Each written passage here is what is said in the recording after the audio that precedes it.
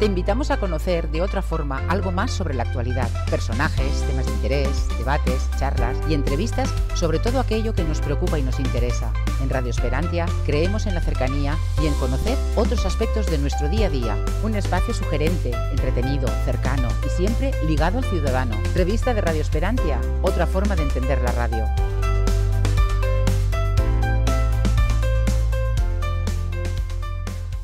Hola, ¿qué tal? Muy buenas. Bienvenidos a una nueva entrega de la revista de Radio Esperantia. Como comentamos siempre al principio, es este rinconcito que tenemos en radioesperantia.com dedicado a la cultura.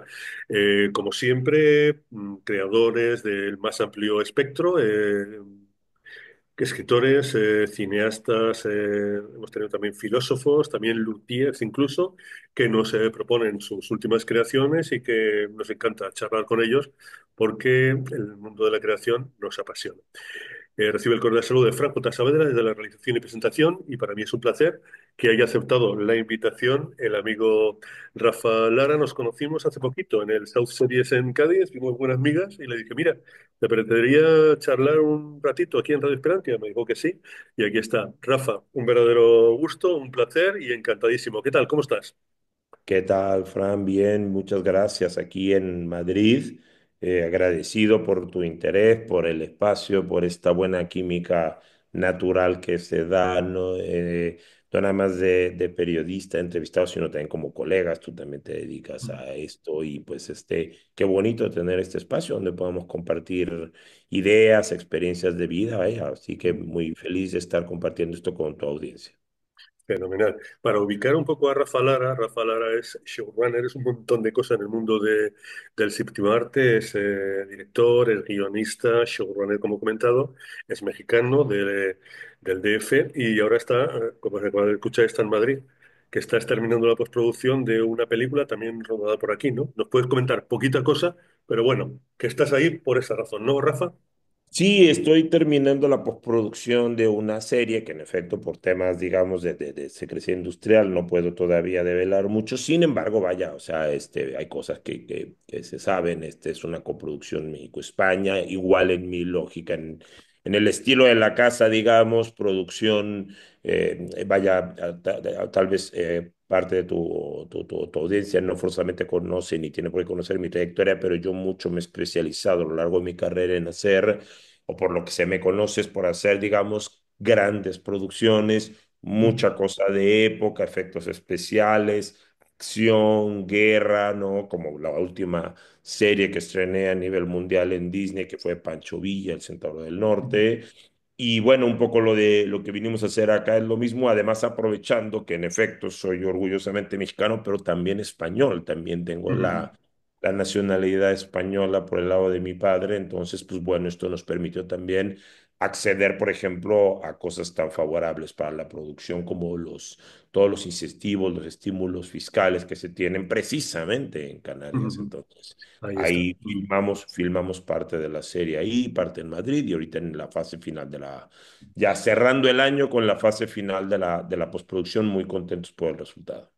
Exactamente. A mí me llamó mucho la atención en Cádiz, en South Series, que presentaban, porque además ha sido una serie que no se ha estrenado de forma uniforme en todos los países, en Europa, Estados Unidos, México, ha ido gradualmente presentándose tal como comentabas, y me llamó la atención un par de cuestiones que te las planteo. La primera, la factura espectacular que tiene, porque es una serie de época ambientada en la guerra civil, en México, Pancho Villa, todo esto, imágenes increíbles. Y otro tema que me llamó la atención, digo, pero ¿cómo puedes estar diciendo esto? Que tú solamente haces una toma. Digo, se lo tengo que preguntar porque esto es espectacular. Cuéntanos cómo surge Pancho Villa, Centauro del Norte, que me pareció espectacular, y también cuéntanos este tema tan peculiar tuyo, porque supongo que lo prepararás muy bien, todo el tema del rodaje, ¿no, Rafa?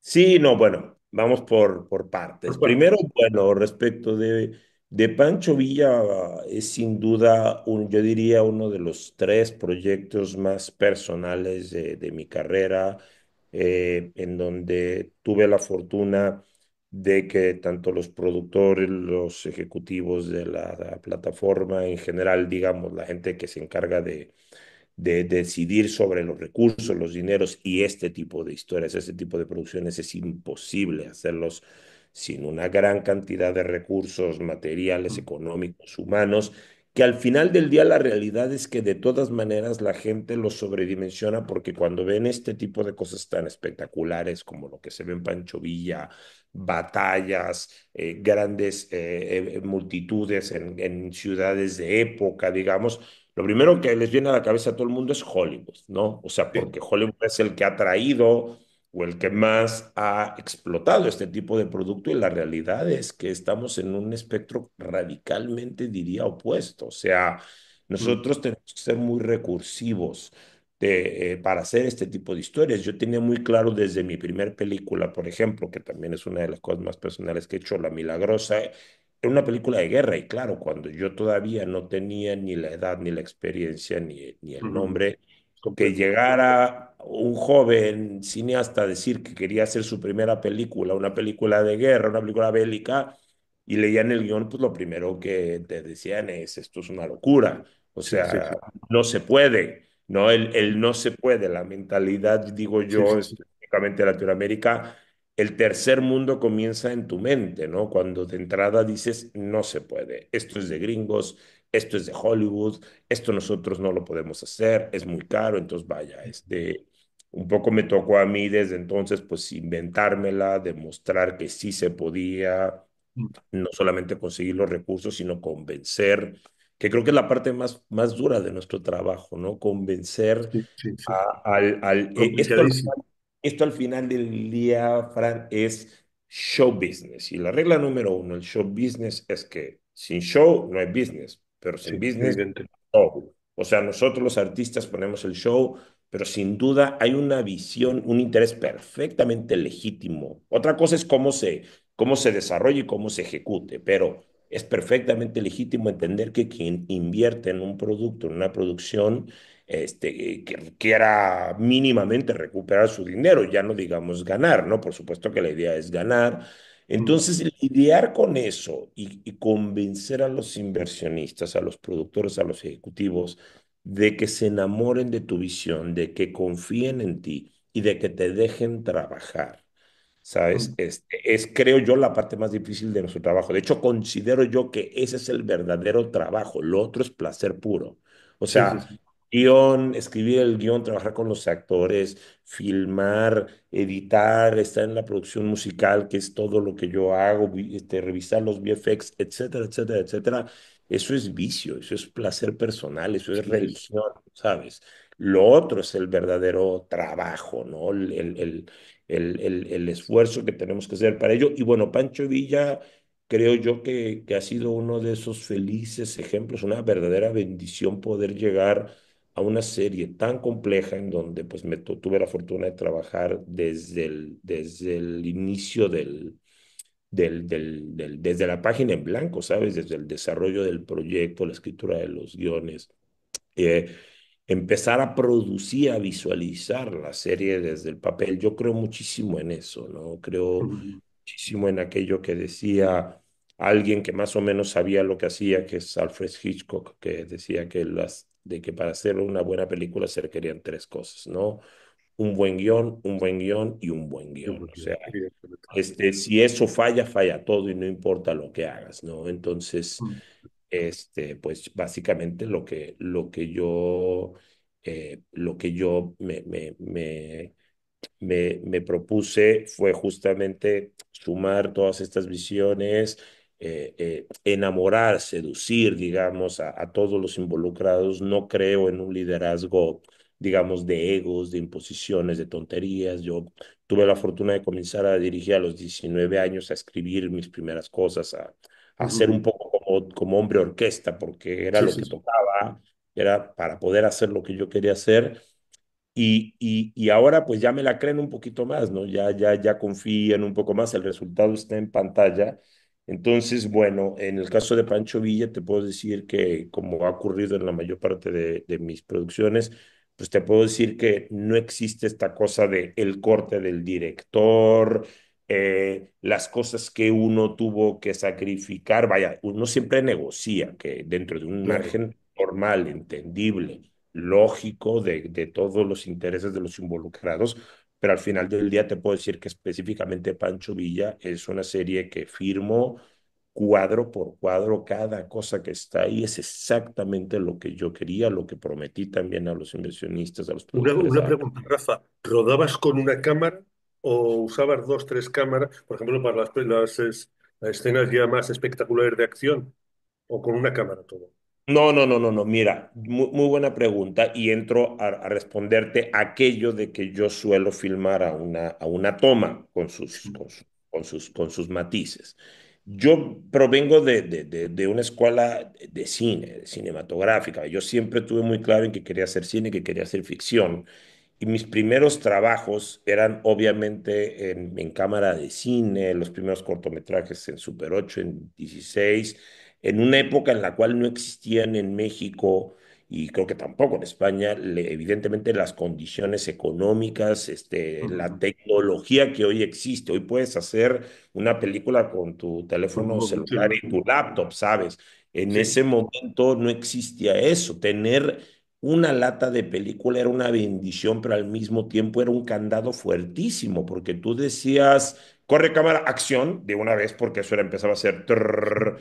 Y entonces yo crecí con esa lógica. Mis primeras cuatro películas fueron filmadas en 35 milímetros y como siempre tenía esta visión de hacer cosas a lo grande, sabía Ujú. yo que para poder hacer esas cosas a lo grande jamás iba a tener yo las condiciones que, por ejemplo, en Hollywood se tienen. Ellos filman con 20 cámaras, Sí, literal, con 20 sí, sí, cámaras sí. al mismo tiempo, desde todos los ángulos. Se toman el tiempo que se tienen que tomar, por eso cuestan los millones, los cientos de millones de dólares que a veces en una sola película gastan. Y nosotros con problemas vamos a conseguir uno, dos, 3 millones. Ya el día que tienes 5 millones de dólares te sientes en las nubes, etcétera, etcétera. Vaya. Entonces, yo vengo de esa tradición de filmar, no de grabar. Y hasta el día de hoy yo mantengo esa lógica. Yo estoy Ujú. convencido que lo que pudo, o lo que por un lado, el ascenso de la tecnología digital para filmar, porque para mí es siempre filmar. Filmar no tiene nada que ver con el formato. O sea, se pueden hacer cosas espantosas en 35 milímetros y se puede hacer cine del más alto nivel en digital. Es una cuestión de concepto. Para Sí, mí, filmar tiene que ver con un punto de vista, con una cosmovisión. Para mí, dirigir es visualizar, disectar y descartar. O sea, tienes muchas formas de poder contar esto, pero una sola va a ser la que va a determinar tu manera de ver eso. Entonces, sí, es siempre pensar en no nada más la puesta en escena, sino la puesta de cámara y la edición. Es filmar pensando en la edición. Y como también desde muy jovencito comencé a editar, tengo, digamos, ya un músculo de editor muy fuerte y como además el 80-90% de lo que he hecho son guiones míos o en los que yo he participado y he estado a la cabeza, también tengo muy claro el ritmo interno de las escenas, la duración real de las cosas y eso hace que seas muy certero. Eso respecto de lo que yo llamo filmar. Es una cosa que le digo a mis crews desde el día uno, prohibido decir la palabra grabar. O sea, ya. Te se lo los digo comentaba. a manera de broma, pero saben que no es broma. O sea, le digo, Ujú. respetémonos por favor lo que estamos haciendo aquí, no lo que yo estoy haciendo, lo que estamos haciendo todos aquí. Vamos a filmar. Vamos a Ujú. filmar una película. Oye, pero esto no es una película, es una serie. Una serie, para mí, por lo menos las que yo hago, es una película episódica. Es Sí. cine episódico. Es una película como Pancho Villa, que es una película de 5 horas, de Ujú. 6 horas, perdón, que muy difícilmente hoy llegaría a las salas, como las películas de los años 50, todavía los años 60, en fin, Sí, sí, sí. que por cuestiones del mercado, de la tecnología y de las necesidades de la audiencia, hoy tengo que dividir en capítulos. Pero si tú Sí. agarras los 10 capítulos de Pancho Villa, les quitas los créditos y los pegas, te vas a dar cuenta que es una película de seis Que horas. tiene Para una continuidad, exactamente, sí. mis series son películas episódicas. Entonces, la lógica de, la lógica de filmar en pocas tomas obedece, número uno, a un músculo ya muy desarrollado. Como te digo, quiero pensar que estoy llegando por lo menos yo física, emocionalmente, energéticamente, me siento que estoy entrando a la mejor etapa de mi carrera y de mi vida. No, acabo de cumplir 52 años de vida, 33 años de carrera ininterrumpida, que te da mal que bien, no sé yo si talento, no sé, pero horas de vuelo y conocimiento de causa Experiencia, y experiencia y experiencia. tablas. Hombre, creo que bastantes. Entonces, pues ya me permiten moverme como pez en el agua en el set, ¿sabes? Ujú, Poder un poco fluir como yo quiero, decidir yo le llamo de francotirador, decidir exactamente lo que quieres, pero también tiene que ver con una cuestión que es mucho más compleja y profunda, que es algo que yo he experimentado y he ido perfeccionando a lo largo de mi carrera. No es que esté inventando yo lo negro, es mi propio proceso creativo, que es aprender a confiar en el instinto y en el happening, ¿sabes? En algo que está ocurriendo mágicamente en ese momento, que todo es una energía muy ujú, poderosa, no nada más tuya, sino del crew, de los actores, del guión, de todo, que mágicamente está confluyendo en ese momento, en ese espacio temporal, ¿sabes? ujú, Y que es un error frenar, que es un error no dejarte sorprender por la magia de lo que puede ocurrir en un set si de repente planeas las cosas hasta un cierto punto, por supuesto, dentro de una lógica, sí, sí, sí. pero después dejas que ocurran, y entonces te das cuenta que muchas veces esa naturalidad, esa frescura, ese happening, esa explosión de energía, lo agradece muchísimo la pantalla, ¿no? Entonces Desde luego, sí. yo he aprendido a abrazar muchísimo esa falta, procuro tener mucho control previo al rodaje. Una vez Ujú, que llego al rodaje, la verdad es que fluyo mucho con mi equipo, que genero un entorno en donde todo el equipo esté convencido de que va a ocurrir magia, que no forzosamente está en nuestras manos, pero que debemos de creer en ella y que debemos de confiar en ella, ¿sabes? Yo sé que esto puede sonar de repente muy fumado, como decimos en México, ujú.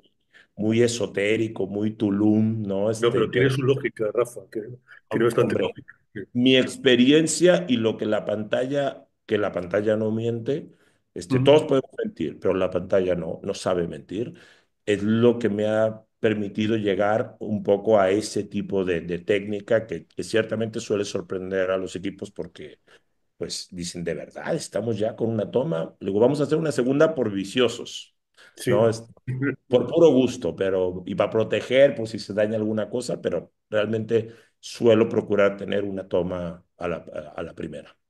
Una de las cosas que me llamó la atención, Rafa, cuando vi en Cádiz las dos primeras entregas de esa fantástica serie de Pancho Villa, es la parafernalia que hay en reproducción, todos los medios, que yo digo, pero aquí se han gastado una barbaridad, esto es una producción de Hollywood, no tiene nada que envidiar. Es que yo recuerdo, y lo estaba comparando, ¿te acuerdas la película, me parece que era Marlon Brando, el de Viva Zapata?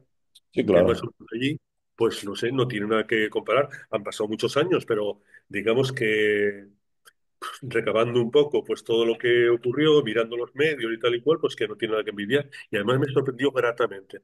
Entonces la pregunta que te hago, el organizar a tanta gente dentro de un set, ¿te resulta mucho más complicado que, por ejemplo, rodar alguna obra más intimista?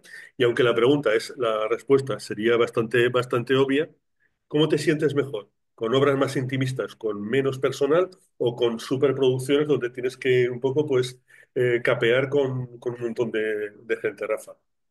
Bueno, como bien mencionas, es relativamente lógico pensar que, por supuesto, que es mucho más complejo mientras más grande la producción, mientras más personas involucradas, mientras más técnica involucrada, pues va a ser más difícil, pero eso no le quita su grado de complejidad. La realidad es que los que llevamos años tras la cámara y en este dificilísimo y competido y complejo mundo de la producción cinematográfica, sabemos que no hay proyecto fácil, que cada uno conlleva sus respectivos retos, Pero a mí particularmente, por lo menos en este momento de vida, porque hay una cuestión también como de mucha energía que Sí, sí, tienes sí. que invertir en ello, muchísima más de lo que la gente se puede imaginar.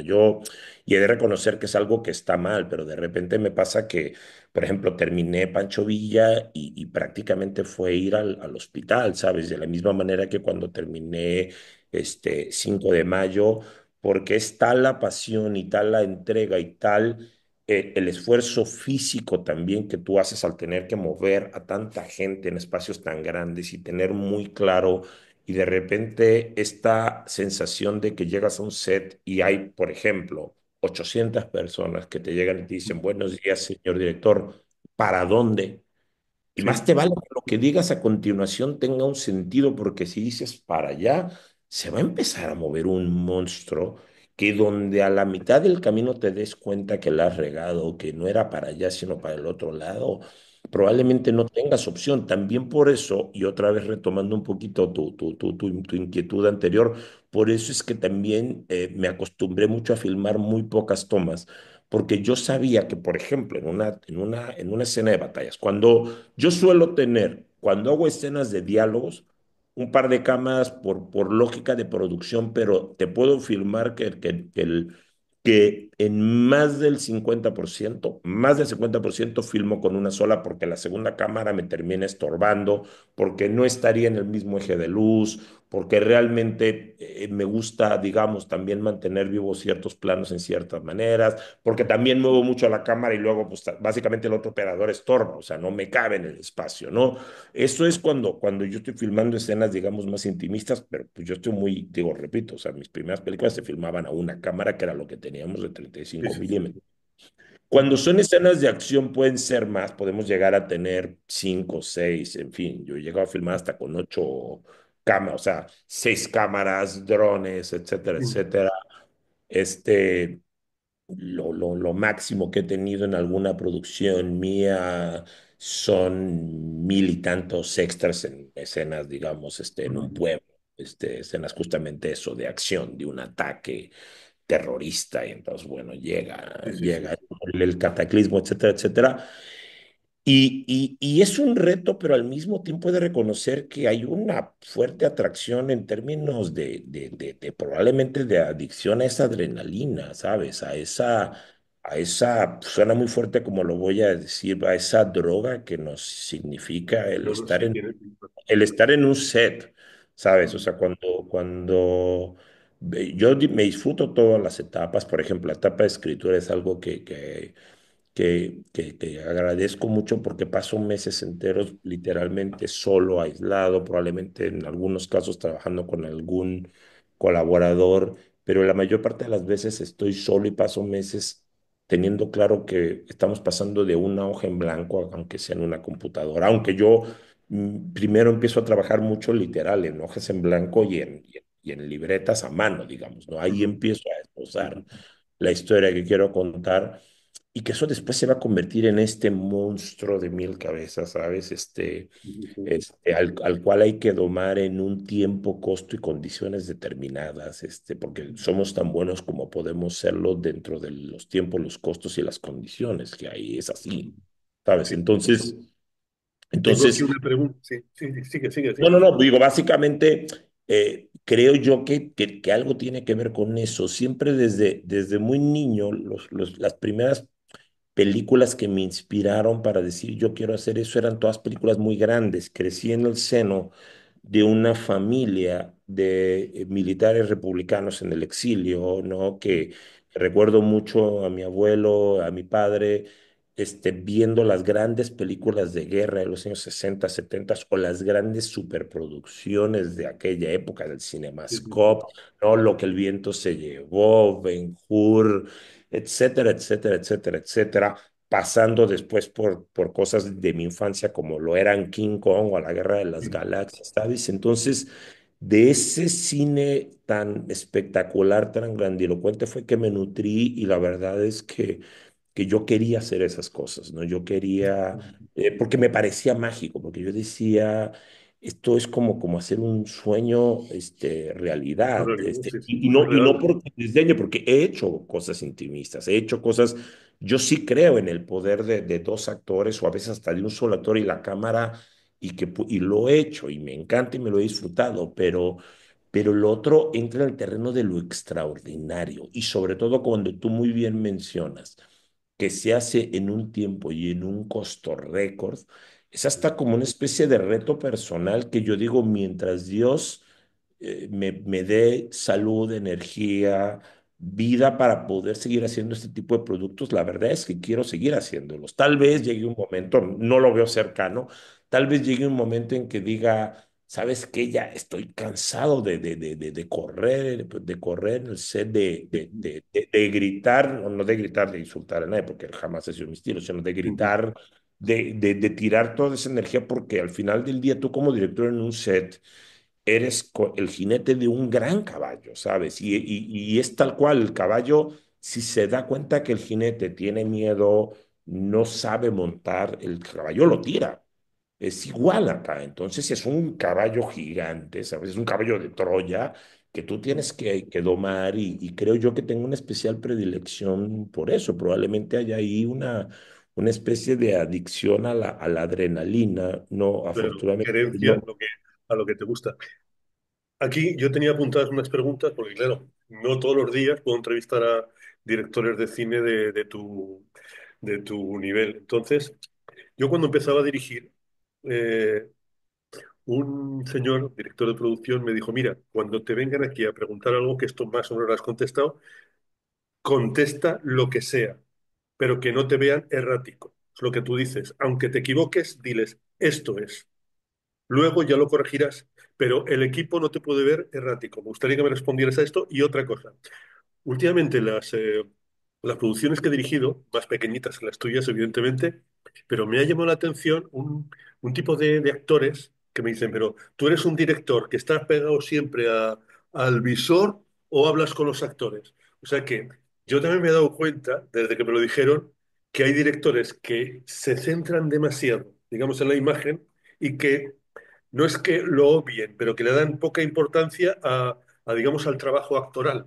Entonces me gustaría que me respondieras como director a estas dos cuestiones, que además a mí me interesa mucho tu respuesta, es verdad, al No, no, no, margen de... muy interesantes tus preguntas y en efecto creo que vaya, es algo en lo que nos enfrentamos todo el tiempo. Mira, eh, yo particularmente considero que hay que llegar a tener hay que desarrollar un buen equilibrio, ¿no? Incluso en cuando doy clases de dirección, por ejemplo, tengo catalogados como ciertos tipos muy genéricos de directores.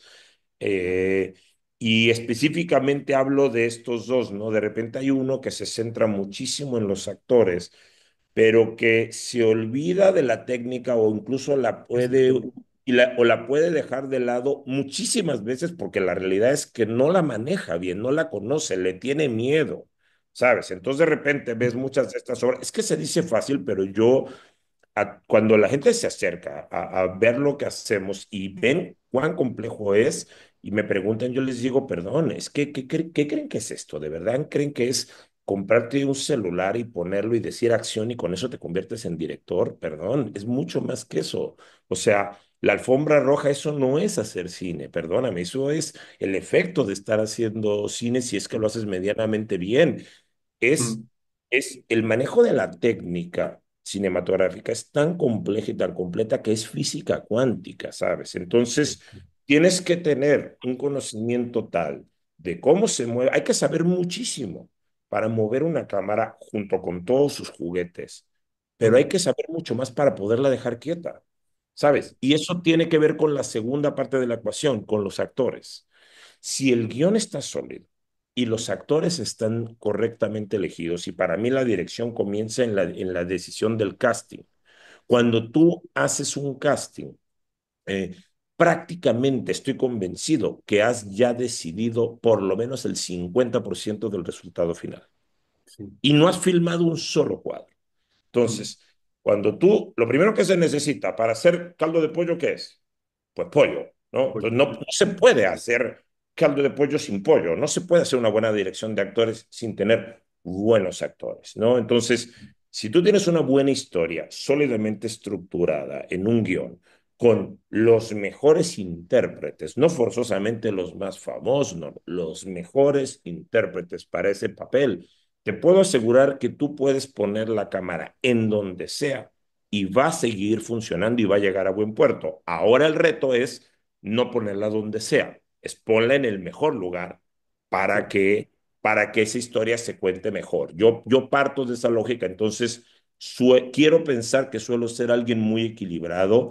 Le dedico una energía sobre todo en la preparación, pero también es un trabajo de equipo. La realidad es que específicamente es el cine es un arte, es para mí el arte más complejo y completo que existe porque básicamente integra a todos y es colectivo.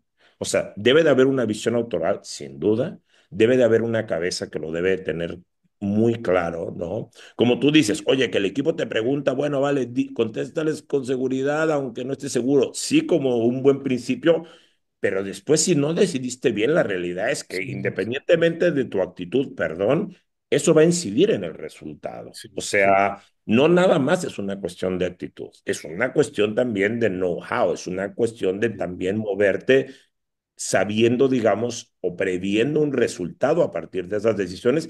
Y eso es sí, algo que te lo va dando el oficio. A mí me gusta más, y esto es algo que de repente choca mucho con muchos de mis colegas ojo, probablemente ellos tengan razón, que ven la figura del director como este artista, poeta maldito de la imagen, ¿sabes? sí, sí, sí, Y a mí me gusta más pensarme como un artesano que de repente puede rozar por momentos eso que podemos llamar arte, que es muy subjetivo, pero la artesanía cinematográfica conlleva muchísimas horas de vuelo, yo creo que mis crews, que suelen ser muy grandes, al final del día se dan cuenta muy rápidamente que soy el capitán del barco porque están ellos tranquilos de que he estado en muchísimos mares, en muchísimos océanos, en muchísimas tempestades y que yo voy a llevar el barco a buen puerto. Y me gusta transmitir ese sentimiento de tranquilidad. Y después ven el resultado y decían, sí, cierto, tenías razón, ¿no? Obviamente eso se va ganando con los años, ¿no? Entonces a mí me gusta tener un equilibrio. Suelo dedicarle mucho tiempo en el arranque a la parte visual, pero también muy de la mano con el fotógrafo, quien debe de ser, por definición, no igual que yo. Tiene que ser mejor que yo en términos de visión, de la misma manera que todo mi equipo, las cabezas. Yo tengo muchas malas costumbres. Una de tantas malas costumbres que tengo es rodearme de gente más inteligente y más capaz que yo en lo que hace, porque si no, lo hago yo. O sea, si mi claro, fotógrafo no es más capaz que yo, más sensible que yo en la imagen, pues entonces lo hago yo. Yo he hecho fotografía, yo he fotografiado, sí, deseo hacer fotografía. No, no me considero un fotógrafo. O sea, para eso llamo a un fotógrafo que además es no solamente un gran artista, sino además un gran compañero, alguien que va a entender mi visión, no se va a sí, pelear con ella, pero la va a enriquecer, porque suelo sacar muy rápidamente de mis crews y de mis sets todos los temas de egos y de tonterías que hay en estos medios, ¿sabes? A mí me gusta generar una familia, generar un entorno muy armónico, en donde la gente tiene muy clara su función. Entonces, terminando de contestar tu pregunta, desarrollo mucho lo visual y soy muy exquisito en la parte de la técnica, pero una vez que eso ya se echó a andar, con la diseñadora de producción, con el director de fotografía, con los elementos de producción. Una vez que llega eso, yo suelto, de verdad, suelto, ya saben qué hacer y me voy con los actores y a partir de ahí me concentro con los actores y establezco un vínculo muy íntimo. Obviamente hay niveles, o sea, no es el mismo nivel de involucración que tienes con tus protagonistas que con actores que vas a llegar a tenerlos para una sola escena en un solo día. Son diferentes niveles, digamos, de energía la que tienes que ejercer ahí, que compartir, pero va mucho por ahí mi proceso. Pero en conclusión, vuelvo al origen de todo. Si sin tienes una pollo no se puede historia hacer con un carne. guión sólido y con los actores adecuados, puedes poner la cámara en donde sea y va a seguir funcionando. El reto es ponerla en el mejor sitio. Perfecto. Una pregunta, pero vamos a obviar el músculo financiero, o sea, el tener más dinero o menos dinero a la hora de producir. Tú has estado dirigiendo en España en México, lógicamente, y en Estados Unidos. ¿Cuáles son las diferencias que has encontrado entre rodar en un sitio y rodar en otro, Rafa? Porque, ya te digo, obviamos el tema financiero, es Sí, la sí, sí. forma de rodar. ¿Qué diferencias encontrar en unos y otros? Mira, es una pregunta que me han hecho mucho últimamente, incluso colegas, gente de aquí me dicen, oye, y respecto de México, ¿cómo ves la diferencia? Estados Unidos es otro planeta, digamos. Me gustaría más centrarme en México y España porque creo que son en Estados Unidos todo se resuelve a base de dinero y hay un tema ahí de sindicatos y de cosas que vuelven la dinámica básicamente de otro planeta, punto. O sea, entonces es imposible hablar de filmar en Estados Unidos sin referirnos a las condiciones financieras. Pero hablando específicamente de México y España, donde hay un poco de más paridad en las Más condiciones, similitud, sí. los mercados, te puedo decir dos a bote pronto, digamos, muy evidentes, ¿no? Y esto, lo que voy a decir, lo quiero decir como con todo el respeto y sin generalizar, pero mi sensación después digo, yo aquí en España ya he filmado un largometraje y una serie junto con todos sus episodios que pues equivalen a, como digo yo, a una película de 5 horas o a 2 películas y media, ¿sabes? O sea, Sí, sí, sí. cuéntalo como tú, como quieras. Este, en España me siento muy protegido en general con los cruz acá porque siento que el estándar medio de la industria es más alto que Latinoamérica. No nada más he dirigido en México, he dirigido en Brasil, en Totalmente. Argentina, en Colombia,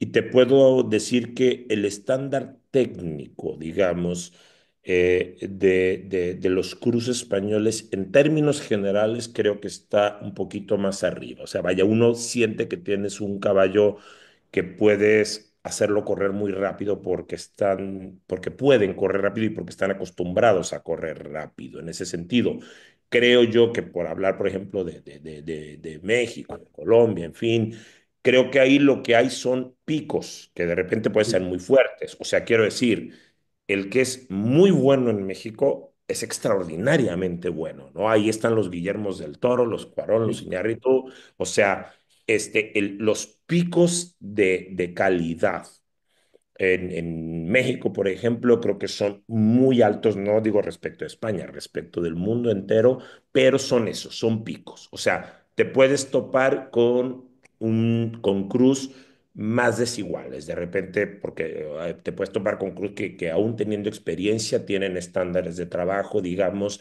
menos exigentes, que pueden encontrar trabajar conmigo, si entiendes el nivel de exigencia y el nivel de compromiso y de perfección, y de estándar tan alto que yo siempre pongo para todos y estás bien con eso y quieres y puedes vivir con ese reto de entregar la mejor versión de ti mismo, pues te la vas a pasar muy bien. Si Ujú. no, te vas a espantar, vas a querer salir corriendo de ahí, vas a decir, esto es una pesadilla. A este tipo no le gusta nada. No, no es que no me guste nada. Me gusta las cosas cuando están bien hechas y cuando no, Sí, lo digo muy claramente. sí. Y si queda mal una vez, lo puedo entender, lo vuelvo a explicar. Ya si queda mal una segunda vez, me empiezo a preocupar y tengo que Ya, ya. tomar decisiones muy rápidas, ¿no? Ahora, por el otro lado, hay una contraparte. En México, siendo un país no pobre, pero muy desigual, Mm. que considerado entre comillas de tercer mundo, porque ya sabemos que hoy ha cambiado la geopolítica, pero bueno, España es primer mundo porque es Europa y México es tercer mundo, ¿no? Cuando repito, no es un país pobre, es un país desigual. En México tenemos una cultura en general, no nada más en la industria audiovisual, sino en la cultura laboral, de cuidar muchísimo nuestro trabajo porque las condiciones suelen ser mucho más difíciles. Somos Mm. supervivientes, ¿sabes? Sí, sí, Necesitamos sí. cuidar mucho nuestro trabajo. Entonces, ¿qué pasa? Que yo siento que en México hay un poquito más de involucramiento en términos personales. O Sí, sea, total. el crew mexicano, y no digo que en España no se tenga, por eso digo siendo Sí, muy sí. esquemático, Sí, ¿eh? sí. el no entenderlo. mexicano tiene esta cosa de que se involucra como familia con algo porque además quiere que lo vuelvas a llamar. Quiere Sí, realmente, y de repente acá yo tenía, no lo digo de una manera en absoluto despectiva, pero es como que, vale, pues la gente tiene unos sindicatos, unas reglas laborales, y si tú cumples esos estándares y esos pagos, pues un poco como que les da lo mismo que estén trabajando contigo o en otra película o en un comercial, ok, mientras ok, se te cumpla entiendo, te esa parte entiendo. laboral, y está muy bien, es muy válido. Sí, En México de repente sientes esta calidez del equipo que digamos que te arropa porque quieren arroparte, porque entre otras cosas quieren que los vuelvas a llamar. Y sí, entonces esto también luego es muy mal, se aprovecha. Hay gente muy mala leche que se aprovecha de ese compromiso evidente. para luego explotar a la gente, explotar a los cruz, cosa que bendito Dios no se puede hacer en España porque aquí las leyes laborales sí castigan ese tipo de cosas. En México la cosa es mucho más laxa. Ahí está. Hay una cuestión que además me está llegando por varias vías, sobre todo de los cineastas jóvenes, los que están empezando. Entonces dicen, mira, Fran, es que prácticamente llegar a producir algo siendo Nobel es prácticamente imposible. Ahora hay una, digamos, tercera vía, Rafa, que es producírtelo tú mismo. Te creas una productora, buscas preventas, con lo que comentabas antes de los incentivos fiscales, pero sigue siendo muy complejo.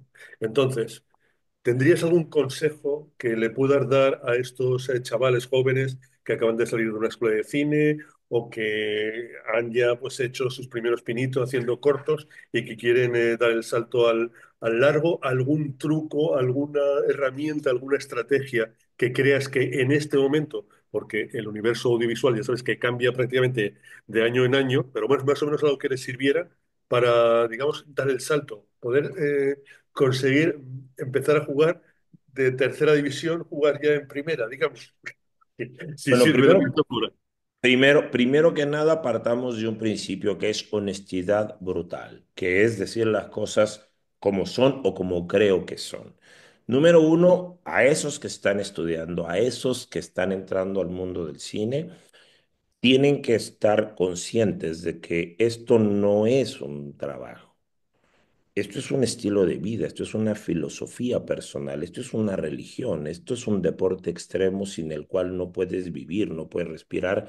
Y si no tienes esa pasión en ti y te metiste a estudiar cine porque se puso de moda, porque repito, te compraste un iPhone y con los filtros crees que tienes algún tipo de talento y es muy guay estar Mm. en las alfombras rojas, y seguramente eso de ser director debe ser tan fácil como gritar, decir acción, acostarte con actrices y después estar en las alfombras rojas. Mira qué bonita vida, ¿no? Qué fácil debe ser eso. La realidad es que no tiene nada que ver con eso. Todo lo que puedan escuchar sobre el medio de la producción cinematográfica respecto de lo duro, lo difícil, lo imposible, es mucho peor de lo que se imaginan. Pero igual lo vamos a hacer. Igual hay que hacerlo. Las cosas difíciles toman un tiempo, las cosas imposibles toman un poquito Un poquito más. más. Entonces, ¿a dónde voy con esto? A que tiene que ver con una cuestión de caminos hay muchos y no lo voy a dejar así también abierto, pero es número uno, entender que fácil no va a ser para nadie, en efecto, pero que hay que hacerlo, ¿no? Que tiene que ver muchísimo con creer en ti mismo. Yo lo digo en los inicios de mi carrera, lo digo con orgullo. Yo pasé momentos donde no tenía dinero para comer, donde no tenía puertas abiertas, donde yo llegaba con mis guiones y yo decía, no, oigan, ¿por qué no hacemos series? ¿Por qué no hacemos cosas de acción? ¿Por qué no hacemos estas grandes producciones? Y me tildaban de loco, de tonto, de ingenuo en el mejor de los casos, ¿sabes? O sea, ay, por favor, este soñador, y ¿sabes? Y es chistosísimo cuando esas mismas gentes que te cerraron la puerta en la cara de repente llegan contigo unos años después cuando lograste tierra frita, mi hermano. Yo siempre creí Sí, en ti, ¿no? Si yo siempre lo supe, sí, hombre, si siempre lo supiste, ¿por qué carajos cuando toqué claro. tu puerta no lo hiciste? Entonces, hay muchos caminos. Perdón, lo que sí, una ventaja que hoy tienen los chicos que nosotros no teníamos en los años 90 cuando yo comencé mi carrera, perdón, es la tecnología. Hoy no hay pretexto para contar tu historia. Hay que saber dimensionar. O sea, Si tú quieres contar un tipo de historia, pero sabes que no vas a tener en el corto plazo los recursos y lo primero que tienes que hacer es aprender a contar historias, hay que ir paso a paso, ¿sabes? O sea, no se llega a la punta del Everest volando en un cohete, ¿sabes? Mm. Hombre, seguramente habrá un cohete que pueda volar, ¿sabes? Pero quiero decir, Sí, tú sí, tienes vale, también. que ir paso a paso, se hace camino al andar y entonces no puedes correr si ni siquiera has empezado a gatear Mm. oficio. Hay que salir, hay que agarrar tu celular, hay que buscar a tus amigos actores, hay que juntarte con tus compañeros de la escuela y empieza a contar historias y empieza a sentirte familiar y cómodo, empieza a encontrar tu propia voz, a manejar la técnica y eso, si eres suficientemente honesto de tu parte y además, perdón, hay que decirlo de tal manera, y si lo tienes, si Mm. tienes eso que se necesita para sobresalir en un mundo tan extraordinariamente competido y complejo, pues entonces te llevará a un lugar. Y si no, también hay que afinar la mira. Hay veces en que tu instinto puede ser correcto. Sí, sí es Sí. cine, pero no forzosamente eres director.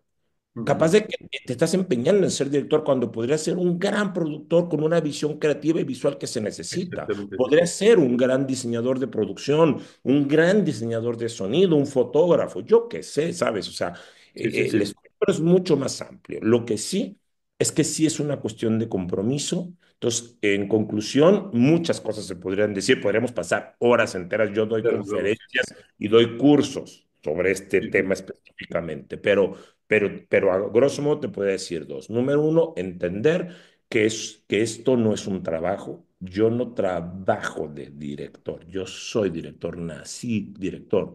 Esto, lo que yo vendo es la mejor versión de Rafa Lara, porque a eso nadie mm, me va a ganar. ¿Sabes? ahí Mi está. cosmovisión, mi manera de sentir. Y lo segundo es conoce la técnica, aprende, no tienes pretexto. Ahí Mm. están los, o sea, dimensiona también. No existe peor película o peor serie que aquella que jamás se hizo. De verdad. Entonces, cuenta tu historia y ve paso a paso. Hay gente que quiere llegar a hacer un largometraje cuando ni siquiera ha hecho un cortometraje o ni siquiera ha hecho un cortometraje que mínimamente haya tenido algo de eco en festivales, ¿sabes? O Sí, sí, sí, sea, sí. Hay vamos que ir paso a paso a paso. paso, como dices, paso a paso. ¿Qué te iba a decir? No te queremos quitar mucho tiempo porque sabemos que estás ¿No? liadísimo, pero mira, nos gustaría, ya para terminar, eh, entre lo que estás terminando ahora, que es la postproducción de la obra que nos has dicho, del proyecto, ¿no? Prácticamente te llevará a final de año, unos mesecitos, pero ¿tienes ya preparado algo en el horizonte, algo que harás una vez ya pongas el punto final a esta postproducción, Rafa? Siempre, siempre tengo algo. Lo que no sé es cuál de esos va a ser el primero en explotar. Y me gusta plantearlo también como un consejo justo para esta gente que de repente me preguntan mucho, oye, Rafa, tú no paras, o sea, haces una cosa, haces la otra. Le digo, sí, a ver, no es que llegue la gente, me toque la puerta y me diga, oiga, señor, aquí tengo los millones de dólares, haga usted sus cosas. No, me la tengo que seguir buscando igual que todo el mundo, pero siempre tengo varios proyectos andando en diferentes etapas, siempre, y proyectos diferentes y proyectos de diferente tamaño, porque nunca sabes. Antes de hacer esta serie que yo vine a hacer a España, estaba yo a prácticamente 15 días de comenzar el arranque de una serie, no puedo decir el nombre, pero gigante, increíble, muy en el estilo de Pancho Villa, Mm. ¿sabes? Y se cayó. Pasaron cosas en el medio, como tú dices, todo pasa muy frenético, nos afectó y de repente dijeron, no por ahora, ¿sabes? Y lo que Sí, es una desgracia para ti, dices, no, no puede ser, tanto trabajo, ya estábamos listos, ya estaban los guiones, ya estaba el casting, de repente se convierte en una bendición porque llega a tus manos un proyecto maravilloso, pero siempre hay que estar listo, ¿no? O sea, si tu pregunta es, ¿tengo una cosa específica con 100% de certeza que arranco el próximo 1 de febrero? La respuesta es no, pero nunca la hay. O sea, tengo ofertas, por supuesto. Tengo proyectos escritos de películas y de series, por supuesto. Tengo cosas que están avanzando y lo que pasa es que ahorita ya es fin de año, ya uno sabe que en este medio hay 2 meses donde uno ya sabe que más te vale que te pongas o a hacer yoga, o a leer, o a escribir un nuevo guión, que son diciembre y enero. Suelen ser meses donde ya nada se mueve, entonces vienen cosas así. Otra vez, todo el tiempo estoy creando cosas de diferentes géneros, de diferentes tamaños. Sé que alguno de ellos va a caminar. ¿Hay ofertas concretas? Sí. ¿Hay ofrecimientos concretos? Sí. Espero yo que alguno de ellos sea finalmente el que dé el banderazo de salida, ¿sabes? Te voy a cambiar la dirección, digamos, de la pregunta. Tú has llegado ya al punto que tocas en una puerta y le dices al de adquisiciones de una plataforma, un canal, hola, soy Rafa Lara, tengo este proyecto. ¿Y sabes que te van a decir que sí o no has llegado todavía a ese punto? Tienes que trabajártelo mucho. A ver, siempre te lo tienes que trabajar y no quiero pecar de pretencioso, pero también la realidad es que en los últimos años, si algo ha ocurrido y que es una gran bendición en mi carrera y que ha sido fruto de mucho trabajo, ojo, Mm, tengo 33 años de carrera. Te puedo decir que esto ha ocurrido en los últimos 12 años, o sea, en el último tercio. O sea, me tomó 20 años llegar sí. ahí, que de repente empezara a sonar mi teléfono en lugar de que yo estuviera haciendo las Mm, llamadas. O sea, logré revertir ese esquema de antes buscaba el trabajo, la realidad es que ahora el trabajo un poco me busca, me gusta. bendito sea Dios. O sea, recibo llamadas de decir, hola, tú eres Rafa Lara, sí, me interesa platicar contigo. ¿Qué estás haciendo? Queremos ofrecerte algo.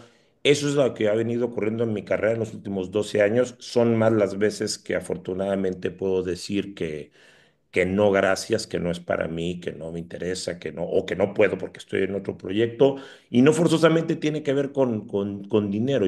Mis decisiones tienen que ver mucho más a veces con el feeling y con saber que me la voy a pasar bien. De verdad, los años me han dado, quiero yo, la serenidad de la experiencia para darle más peso, por ejemplo, a la experiencia vital que al Mm, producto en sí. O sea, otra vez, algo que va a chocar muchísimo con muchos de mis colegas que romantizan mucho esto, pero,